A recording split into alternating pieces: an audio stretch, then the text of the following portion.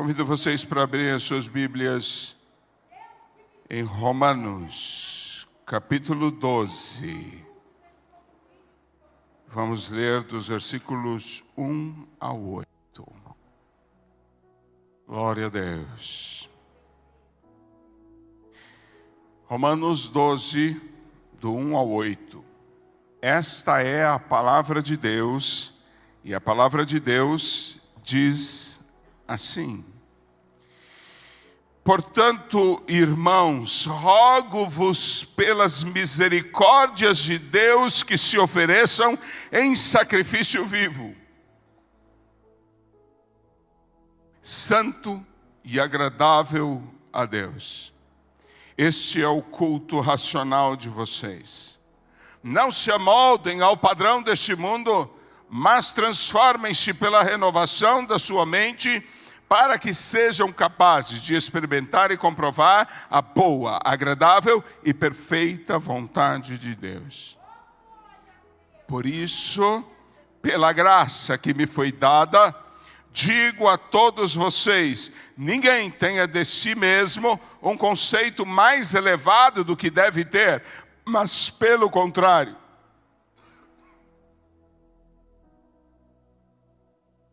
tenha um conceito equilibrado, de acordo com a medida da fé que Deus lhe concedeu. Assim como cada um de nós tem um corpo com muitos membros, e esses membros não exercem todos a mesma função, assim também em Cristo, nós que somos muitos, formamos um corpo, e cada membro está ligado a todos os outros. Temos diferentes dons de acordo com a graça que nos foi dada. Se alguém tem o dom de profetizar, use-o na proporção da sua fé. E se o seu dom é servir, sirva. Se é ensinar, ensine. Se é dar ânimo, que assim faça. Se é contribuir, que contribua generosamente. Se exercer liderança, que a exerça com zelo. Se é mostrar misericórdia, que o faça com alegria. Esta é a palavra de Deus. Meus queridos, desde a pandemia, aprofundou-se muito o individualismo. As pessoas, de diversas formas, principalmente aqui no Brasil e em muitos outros países, as pessoas se preocuparam também com a saúde emocional das pessoas. Mas aqui no Brasil, por motivos políticos, principal canal de televisão aberta criou um estado de terror absurdo. E isso traumatizou, amedrontou as pessoas, criou um impacto terrível na vida das pessoas.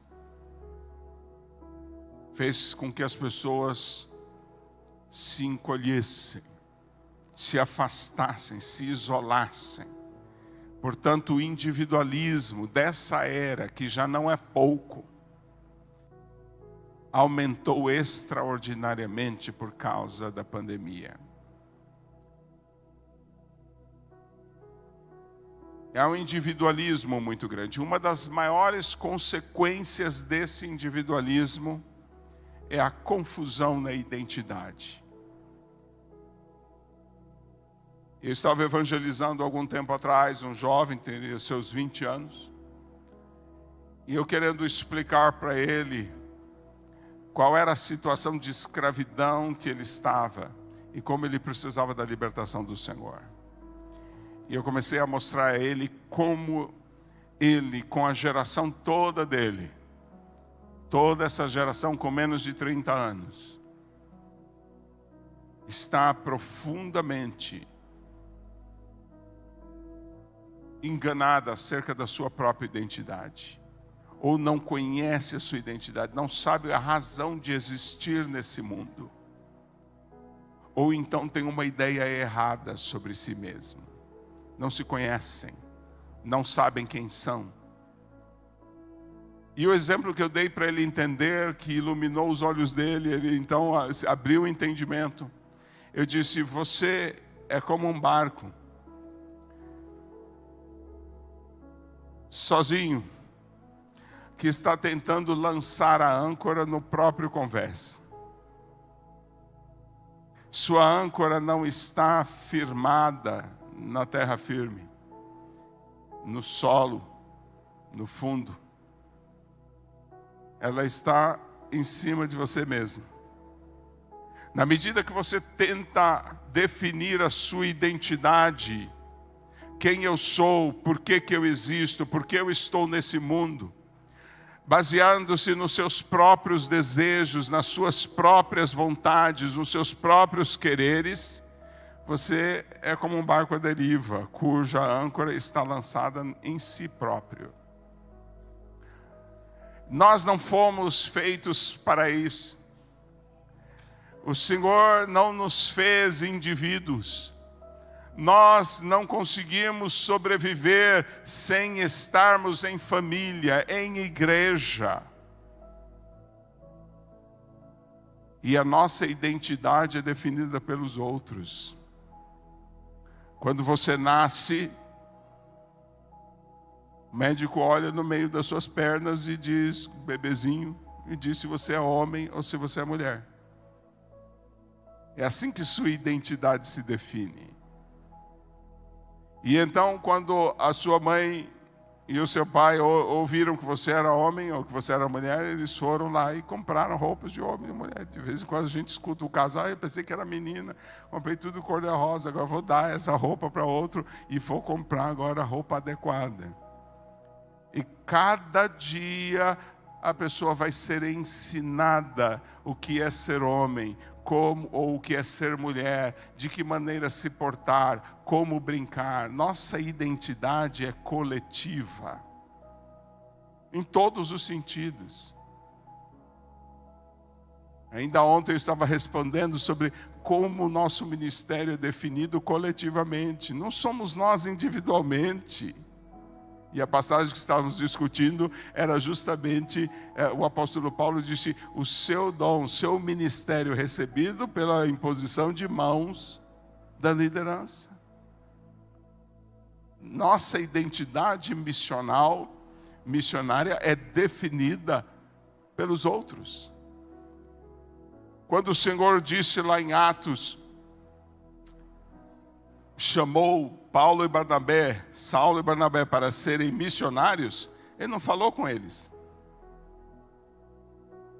Ele não chegou de noite e falou, Saulo, Saulo, você vai ser missionário. Não falou. Falou para quem? Para a igreja. A nossa identidade é sempre definida organicamente, coletivamente. Mas quando eu me individualizo, esses dias eu estava discutindo num grupo de psicólogos, e eu falei sobre o individualismo, e aí um dos psicólogos disse assim, não, você está usando o termo errado, né? É individuação. Então, você está falando do processo, mas eu estou falando do resultado. A gente não tem que ter individuação.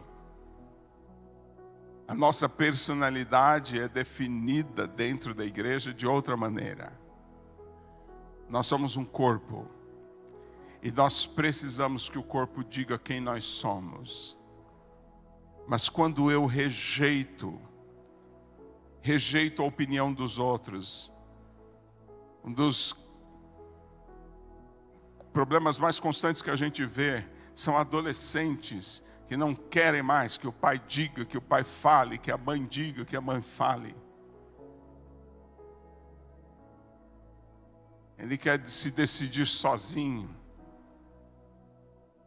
O que ele vai ser na vida, o que ele quer na vida dele ou dela. E essa geração, principalmente abaixo de 30 anos, termina ficando confusa. Eu gosto disso, então eu sou isso. E vocês têm visto aí que como se não bastasse a confusão de gênero, agora as pessoas estão até com confusão de como é que se diz? na natureza, os ramos da natureza, os filos aí. Tem um que acha que é cavalo, outro acha que é cachorro. Satanás é um ilusionista, porque a pessoa ficar iludida desse jeito, nem o próprio mundo acredita nisso.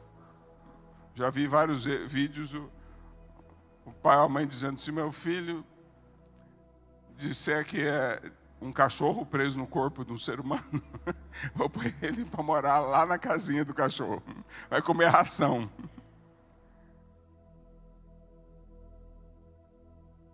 Por quê? Porque a pessoa não quer dar ouvido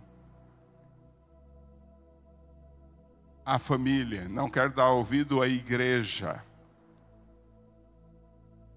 A palavra do Senhor, a voz do Senhor está justamente no meio da igreja. A nossa identidade está no meio da igreja. Então, nessa confusão toda, esse texto que nós acabamos de ler, ele traz para nós uma preciosa lição sobre a nossa saúde emocional e mental, porque ele vai falar da nossa identidade.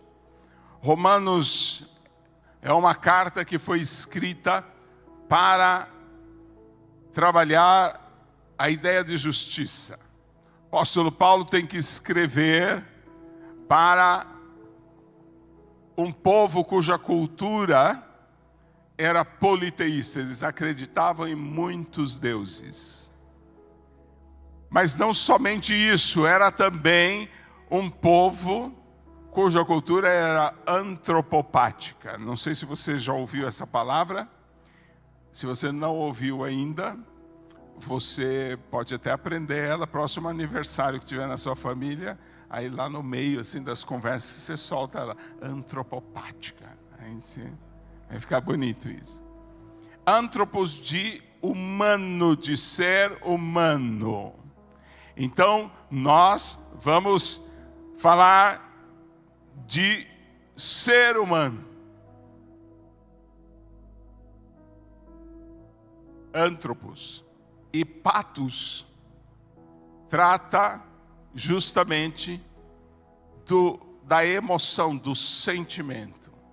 É a ideia de que Deus tenha sentimentos humanos, de que Deus pense como ser humano.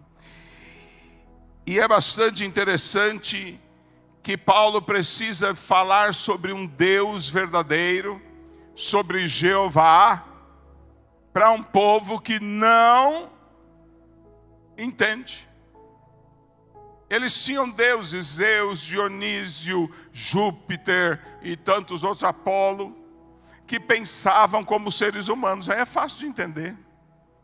Por que deu errado? É porque o Deus estava com ciúme da deusa e tal. É assim que são a teologia do Império Romano. E aí vem Jeová, e ele não entende, porque Jeová não pensa igual um ser humano. Os meus pensamentos são mais altos, tanto quanto o céu é distante da terra, mais altos são os meus pensamentos do que os seus. E aí, Paulo tem que escrever uma carta toda para dizer que Deus está correto em todas as suas ações, que Ele é justo. E aí nós vemos esse povo preocupado, mas como é justo se Ele abandonou o povo dele de Israel e recebeu os gentios agora? Aonde está a justiça nisso? E Paulo vai explicar: Deus é justo. Ele é justo. Ele é justo. E toda a carta de Romanos é feita para explicar a justiça de Deus. Mas quando chega no final do capítulo 11, ele escreve um hino maravilhoso, falando da misericórdia, falando da graça, falando da justiça de Deus.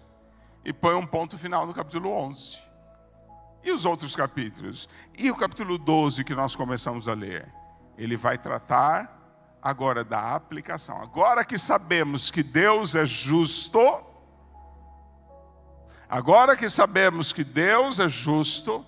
como é que nós vamos viver? E Ele vai explicar como é que a gente vai viver. E a primeira coisa que Ele quer é uma mudança de mente. E é esse o texto que nós lemos. Ele vai buscar uma mudança de mente.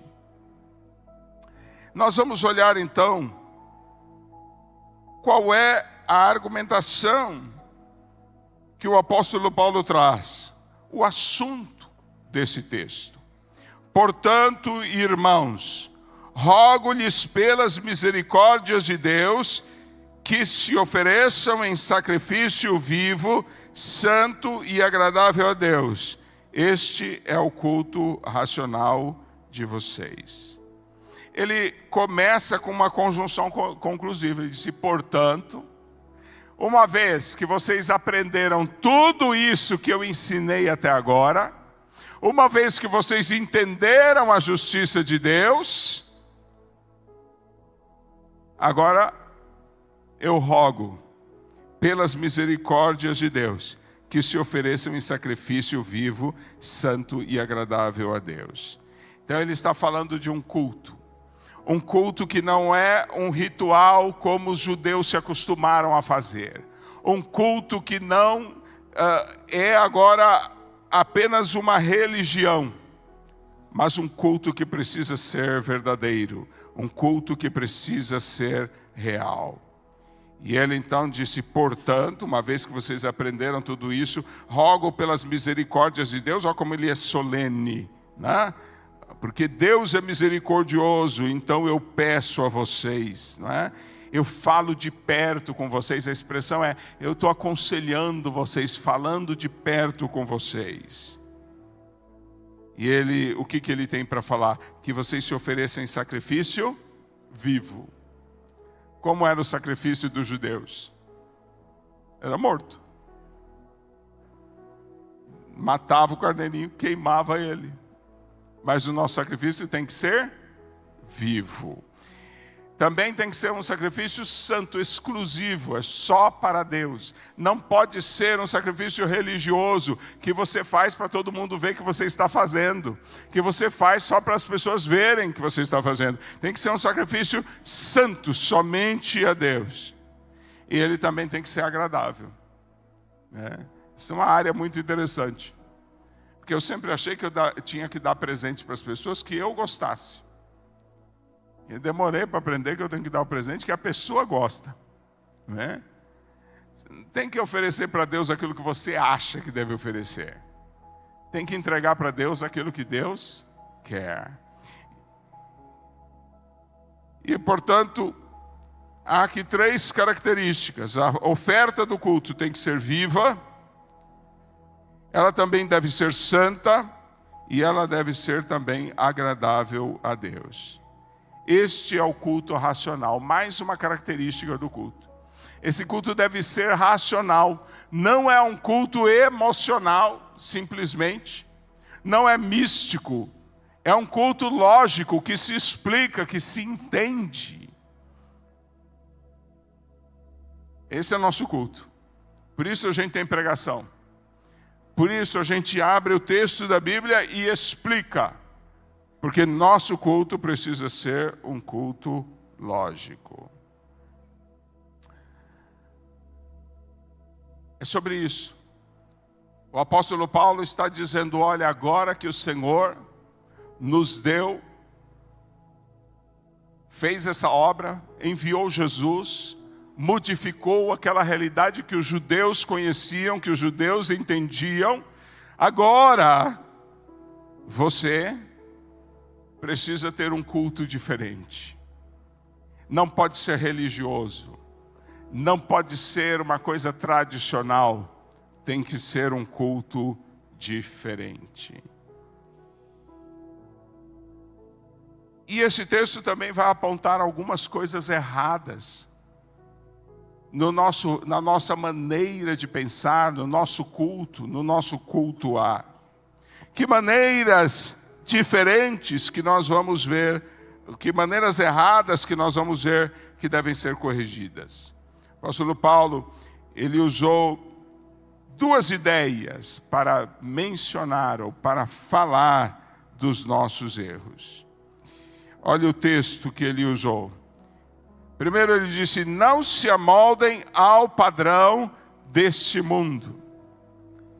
Ele está dizendo que uma das coisas erradas no nosso culto, agora que nós conhecemos a Deus, que nós entendemos Deus, que nós sabemos que a nossa fé não é como as religiões desse mundo, que o nosso culto não deve ser como um culto desse mundo. Agora que nós entendemos isso, nós precisamos corrigir alguns erros. O primeiro deles é: não se amoldem ao padrão deste mundo. Esse mundo tem uma forma de pensar. Esse mundo tem um jeito de pensar. Esse mundo tem um modo como ele pensa.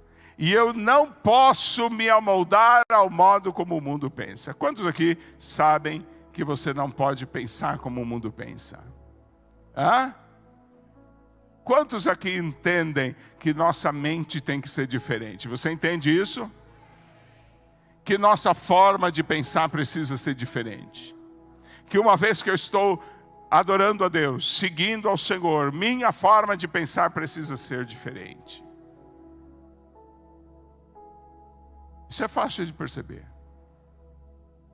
Só que esse texto, ele ainda vai dizer em que a minha maneira de pensar precisa ser diferente. Ele só está me corrigindo. Não se amolde à maneira de pensar desse mundo. Não siga os esquemas desse mundo, o padrão desse mundo. Você precisa pensar de uma maneira diferente. Então ele aponta o erro. Depois nós vamos ver que ele não está falando de todas as coisas erradas do mundo, mas ele está falando de uma em específico. Nossa mente tem que mudar. O mundo pensa muito errado. Quando você vem para a igreja, vem para Cristo, você precisa de uma nova maneira de pensar. Mas nesse texto ele vai falar de uma certa maneira, um assunto que tem que mudar na nossa vida. A segunda ideia, são duas ideias que eu estou prometendo. Segunda coisa errada, ele disse: por isso, pela graça que me foi dada, digo a todos vocês, ninguém tenha de si mesmo um conceito mais elevado do que deve ter. Portanto, em que área da nossa vida o pensamento conforme o mundo precisa ser modificado? É no que nós pensamos de nós mesmos. Quem eu sou? Quem eu sou? A psicologia vem definindo nos últimos 200 anos quem o ser humano é. É o esquema do mundo. E muitas vezes as pessoas começam a acreditar no esquema do mundo, mesmo estando dentro da igreja. Por isso, pela graça que me foi dada, digo a todos vocês, ninguém tenha de si mesmo um conceito mais elevado do que deve ter. Alguns anos atrás nós tínhamos essa expressão, às vezes ainda se diz, né? A pessoa se acha. Você não pode se achar. Quem define quem você é o seu Criador, é o Senhor. Então você não pode seguir o que o mundo pensa. Você precisa seguir ou ter uma visão conforme a vontade de Deus. Então, dois erros que ele está apontando. Primeiro, seguir os esquemas desse mundo. E como consequência disso, a segunda, começar a achar-se uma coisa que você não é. Começar a pensar de si mesmo algo que você não é.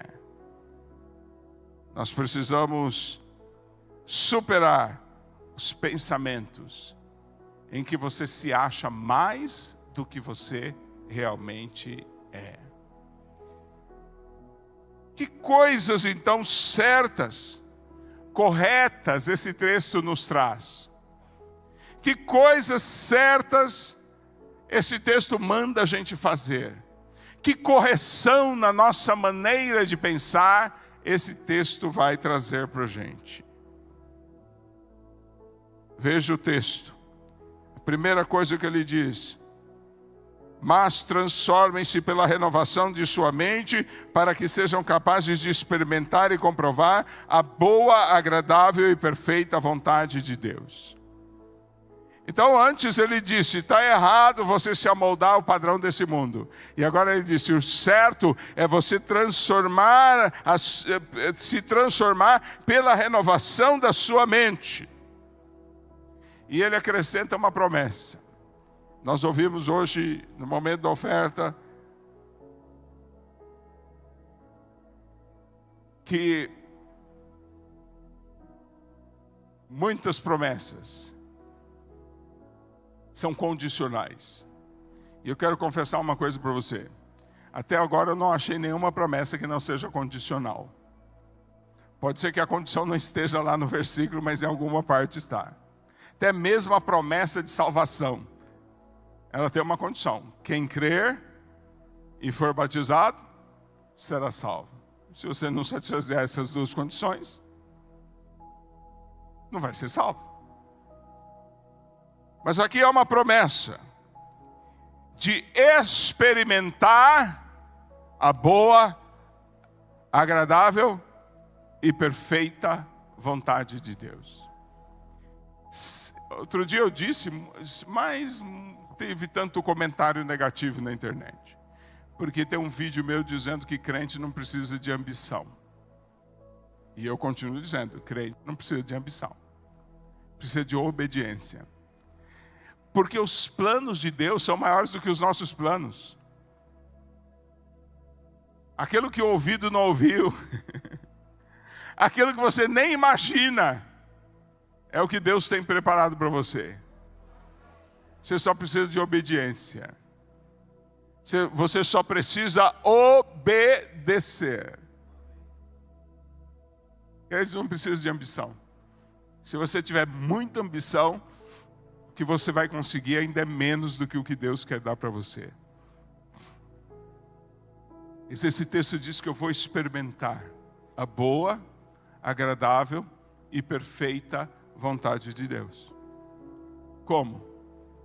Se eu me transformar pela renovação da minha mente. Eu preciso pensar diferente do mundo.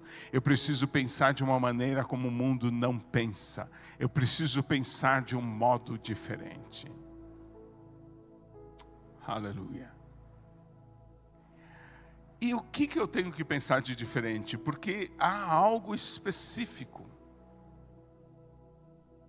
Isso nos leva, então, para a antítese, o contrário do segundo erro. O primeiro erro é se amoldar ao pensamento do mundo. Segundo erro é pensar, é se achar, pensar mais de si mesmo. Primeiro acerto é se transformar pela renovação do nosso entendimento.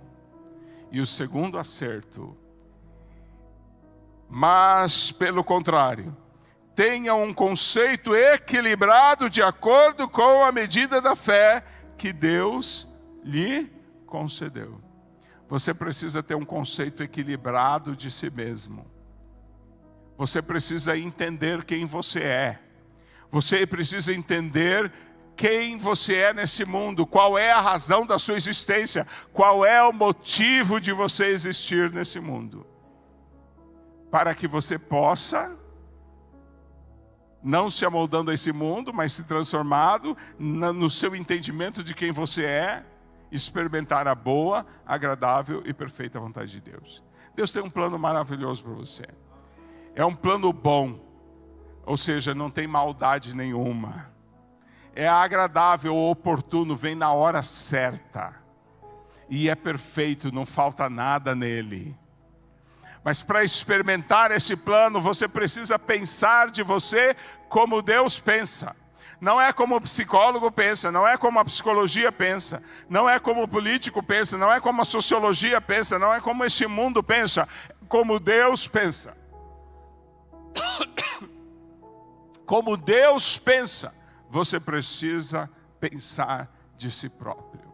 Você precisa se entender, você precisa se compreender.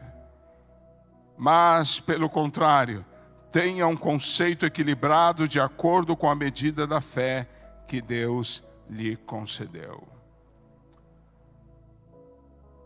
Então, se nós percebemos o que está errado, e agora sabemos o que está certo, se sabemos que é errado pensar como o mundo, e se pensar de si mesmo como algo que eu não sou, pensar de si mesmo algo superior, e se eu entendo que o certo é eu transformar a minha mente pela renovação do meu entendimento, para pensar sobre mim mesmo de maneira correta e equilibrada, o que é que eu vou fazer? E o versículo 4 diz assim: assim como cada um de nós tem um corpo com muitos membros, e esses membros não exercem todos a mesma função, assim também é em Cristo. Nós que somos muitos, formamos um corpo e cada membro está ligado a todos os outros. O mundo pensa que cada pessoa é um indivíduo. A palavra indivíduo significa que não se divide.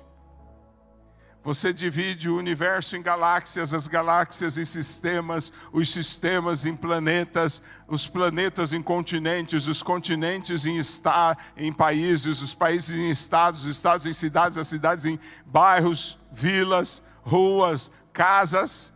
E aí chega na pessoa dentro da casa, ela não pode ser dividida. Opa, Deus não pensa assim. Deus está dizendo para você essa noite, você não é um indivíduo. O indivíduo é sua família, ela não pode ser dividida. Não divida a família. Serão os dois, uma só carne. A igreja não pode ser dividida, ela é o indivíduo. Então, esse texto está dizendo qual é o pensamento de Deus sobre nós. Primeiro, nós não somos indivíduos, nós somos membros de um corpo. O corpo é a igreja ou é a família? São esses dois corpos que a Bíblia apresenta. Deve haver unidade aí. Não pode ser dividido.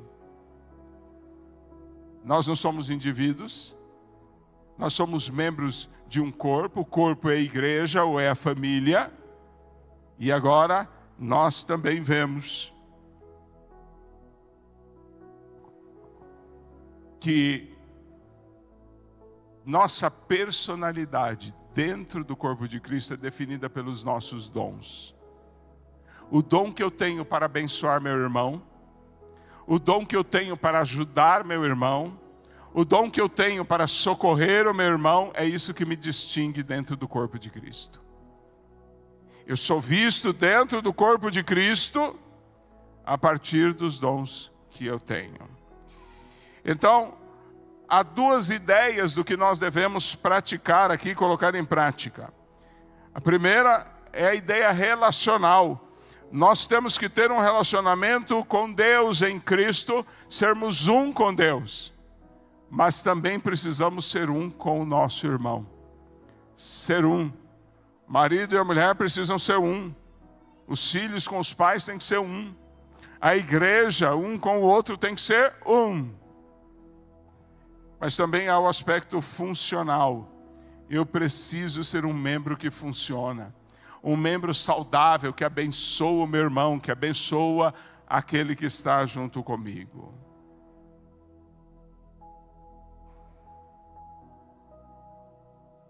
E ao ouvir isso, contemplando esse individualismo que há ao nosso redor, que há em volta de nós, essa palavra está nos dizendo que nós devemos ter uma unidade. Jesus falou sempre sobre isso. Um cuidando do outro, um ajudando o outro, um fortalecendo o outro, um socorrendo o outro. A igreja precisa ser um corpo só. Você não pode ser um indivíduo, não é como outras religiões que você vai lá, resolve seus problemas com o Deus daquela religião e vai para casa. Outro dia, um missionário se queixando quão difícil é pregar o evangelho no Japão, porque não há nenhum conceito de igreja, de comunhão, de relacionamento nem com Deus, nem com os irmãos. A única religiosidade que o japonês tem é para pedir alguma coisa para algum deus, vai lá, oferece lá alguma coisa e tal. Não está presente o conceito. Em alguma medida, cada religião que tem à nossa volta são religiões onde é cada um por si. Nosso culto não pode ser assim, não. Nossa igreja não pode ser assim. E a unidade, ela é tão forte, tão intensa, tão grande, que o Senhor Jesus já comparou a unidade do próprio Deus. João 17, 22, ele disse: dei-lhes a glória que me deste, para que eles sejam um, assim como nós somos um. Você consegue dividir o Pai, o Filho e o Espírito Santo? Não, eles são um. Há um só Deus. Se a gente dividisse, íamos ser politeístas, ter 3 deuses. Não, é um só Deus. Pai, Filho e Espírito Santo. Ah, mas isso é um mistério. É. Mas ele tem que acontecer aqui na igreja. Você tem que ser um com o seu irmão. Nós temos que ser um. Experimenta ser um. E você vai perceber como Deus é. Porque Ele é um. E nós devemos ser também um. Então esse texto, ele estabeleceu esses 3 princípios. Primeiro, nós não somos indivíduos. Segundo, o indivíduo é o corpo de Cristo. E terceiro, nossa personalidade é definida pelo dom que nós temos para servir os outros membros. Quer saber quem você é? Saiba qual é o seu dom.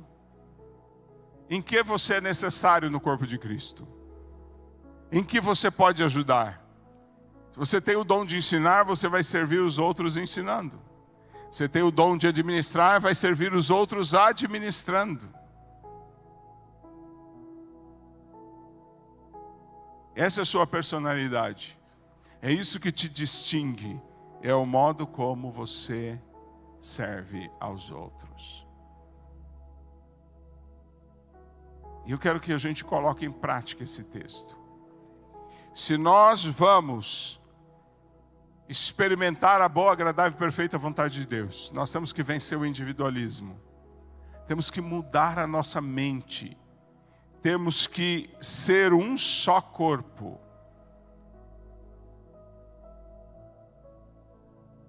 Nós precisamos começar examinando o nosso coração e vermos a nossa tentativa de sermos indivíduos. Nossa tentativa de sermos pessoas que se resolvem. Ninguém tem nada a ver com isso. Ninguém tem nada a ver comigo, não é? Quantas vezes no gabinete pastoral a gente passa uma hora e tanto aconselhando uma pessoa. Para a pessoa no final dizer: ah, pastor, isso é sua opinião. Na minha opinião, pensei que a gente era um corpo aqui, que nós tínhamos um só sentimento. Filipenses 2:2, um só pensamento, um só sentimento, um só espírito, um só amor.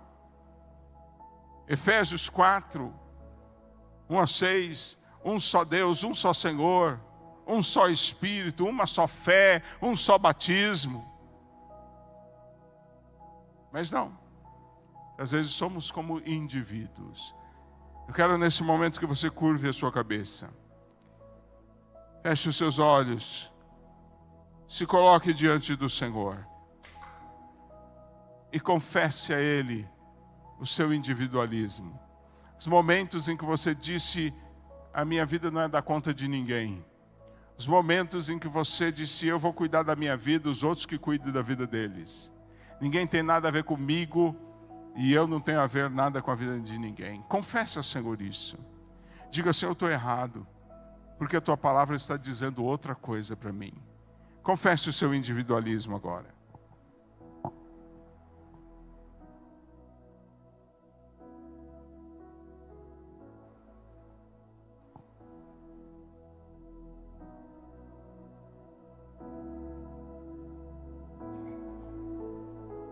Ouve, Senhor, nossa confissão. Nós vivemos no meio de um mundo individualista. Vivemos no meio de um mundo, ó Senhor, onde é cada um por si. Onde as pessoas estão, Senhor, seguindo suas próprias opiniões, seus próprios desejos, suas próprias vontades.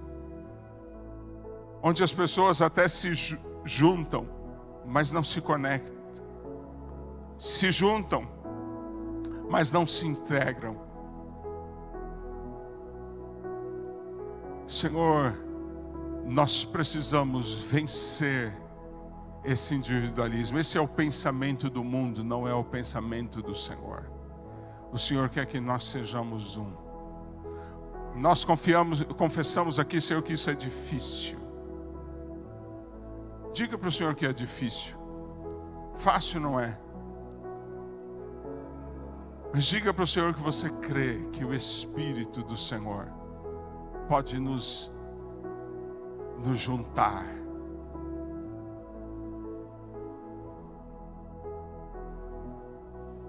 Que o Espírito do Senhor pode nos conectar, nos fazer um só.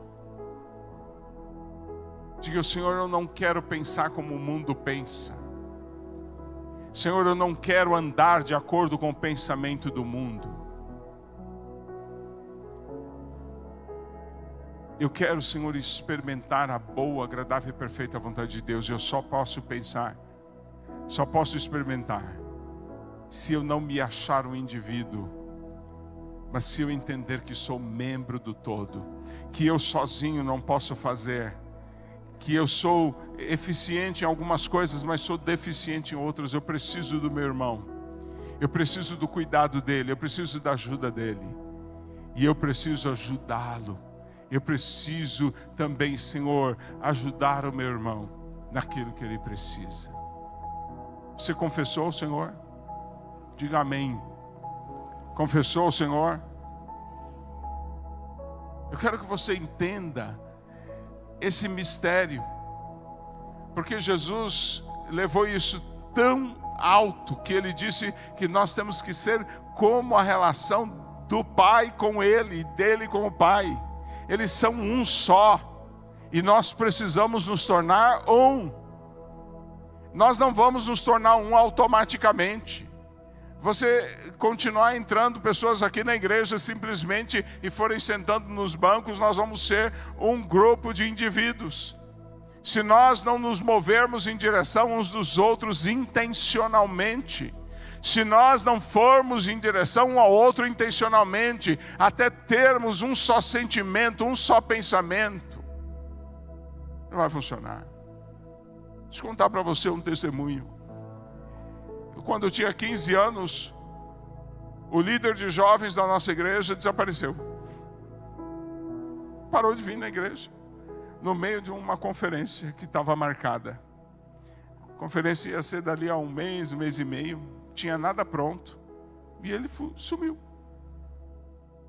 O pastor disse: Bernardo, não tem outro, vai você mesmo. Eu tinha 15 anos. Aí reuniu os jovens e fomos resolver o tema. Uma briga, ninguém acertava o tema. Vamos resolver a camiseta, a cor. Uma briga, ninguém acertava nada. Nós não estávamos sendo um só corpo. Não havia unidade de pensamento, não havia unidade de entendimento. Nada. Não havia acordo para nada. E aí no meio da situação eu disse: misericórdia, Senhor, o que eu faço? Mas quando eu orei ali, o povo discutindo, brigando, e eu quietinho ali, orando, o Espírito Santo me deu uma ideia clara. E aí eu pedi silêncio, disse: vamos fazer o seguinte. Nós não estamos agindo como um corpo, não estamos agindo em unidade. Nós vamos fazer assim, nós vamos orar durante 15 minutos. Para que o Senhor nos dê o mesmo pensamento, o mesmo sentimento. Depois de 15 minutos a gente levanta e volta a discutir. Se não der certo, a gente ora mais 15 minutos. E aí a gente então discute. Se não der certo, a gente vai orar até que o Espírito coloque o mesmo sentimento, o mesmo pensamento, até que a gente seja um. Eu não sei se vocês ficaram com medo. A apóstolo, de ter que orar muito. Mas depois de 15 minutos de oração, o poder de Deus caiu sobre nós. A graça do Senhor caiu no meio daqueles jovens e adolescentes. Em poucos minutos nós resolvemos tudo. E continua acontecendo. Planejamento na AME é quadrimestral. A gente planeja 4 meses. E sempre o planejamento leva 2 dias. 2 dias de discussão. E aí eu tinha um dia só, alguns meses atrás. Precisava fazer o planejamento. Eu só tinha um dia, não tinha 2. E eu ainda peguei metade do primeiro dia e disse, vamos orar. E oramos toda manhã, durante algumas horas. E depois do almoço, nós começamos o planejamento. E quando foi 5 horas da tarde, 40 minutos antes do prazo final, a gente já tinha resolvido tudo. Isso significa ter um só sentimento, um só pensamento, uma só visão. Não é você aparecendo na igreja de vez em quando, não cumprimenta ninguém, depois vai embora, chega, não cumprimenta ninguém, vai embora, não cumprimenta ninguém, ninguém sabe da sua vida e você também não sabe da vida de ninguém. Deus não nos chamou para isso. Deus nos chamou para sermos um só. Portanto, eu quero que você entenda o que é ser membro da igreja. Talvez você esteja até visitando a igreja, você veio aqui hoje e disse, será que eu fico nessa igreja ou não? Deixa eu dizer para você, isso aqui não é uma religião onde você vai para resolver seus problemas com Deus. Isso é para ser um corpo. Se você quer vir para cá, seja um membro desse corpo. Se conecte aos outros. Eu garanto para você que quando você estiver integrado nesse corpo, você vai receber a cura desse corpo, você vai receber a ação desse corpo. Esse sangue de Cristo que circula por esses membros, vai circular por você também. Esse Espírito que está nesse corpo, vai estar em você também. Você vai ser exortado, vai ser corrigido, vai ser abençoado por esse corpo. Queira ser um com esses irmãos. Isso é ser igreja. É assim que nós somos como igreja. Portanto, esse texto nos ensina a vivermos como membros. E principalmente esse texto nos ensina a usarmos os dons que Deus nos deu para abençoar os nossos irmãos. Durante a semana eu falei de 2 perguntas que eu gosto de fazer para um crente. A primeira é se ele tem defeitos, deficiências. Se eu seguir, grosso modo, nós somos 25% eficientes e 75% deficientes. Em 25% das coisas a gente faz bem, 75% a gente faz ruim, faz mal. Então você sabe onde estão os seus defeitos? É a pergunta. Quais são as suas carências? Quais são as suas necessidades? E a outra pergunta é, quem nessa igreja pode suprir você? Eu sou péssimo de relacionamento. Alguns poucos amigos como o José Carlos, a Ruth, eu conheço. E lembro, e oro, mas de vez em quando eu estou andando em alguma conferência, vê alguém para o meu lado, já abrindo os braços, e eu não sei que pessoa é essa. É uma deficiência. Eu tenho pessoas como a missionária Rosana, que vai do meu lado assim, você conheceu essa pessoa aí em tal lugar. Aí quando a pessoa chega perto, irmão, tudo bem, abraço ele. Que alguém me ajudou. Então você precisa saber qual é a sua deficiência e quem na igreja pode ajudar você, pode suprir você. E precisa estar aberto à ajuda dessa pessoa. Mas a segunda pergunta é: qual é a sua eficiência? Qual é o seu dom? O que é que você faz bem? E junto com essa pergunta, quem na igreja está precisando disso? Quem precisa disso? Vá procurar essa pessoa. Ofereça sua ajuda. Isso é ser um corpo. Então o que você aprendeu hoje é que o mundo tem um pensamento sobre a pessoa humana, que é um pensamento individualista, de que cada pessoa é um indivíduo. Que nós não podemos nos amoldar a esse pensamento. Que para experimentar a boa, agradável e perfeita vontade de Deus, eu preciso pensar corretamente acerca da pessoa. E o pensamento correto é que nós não somos indivíduos.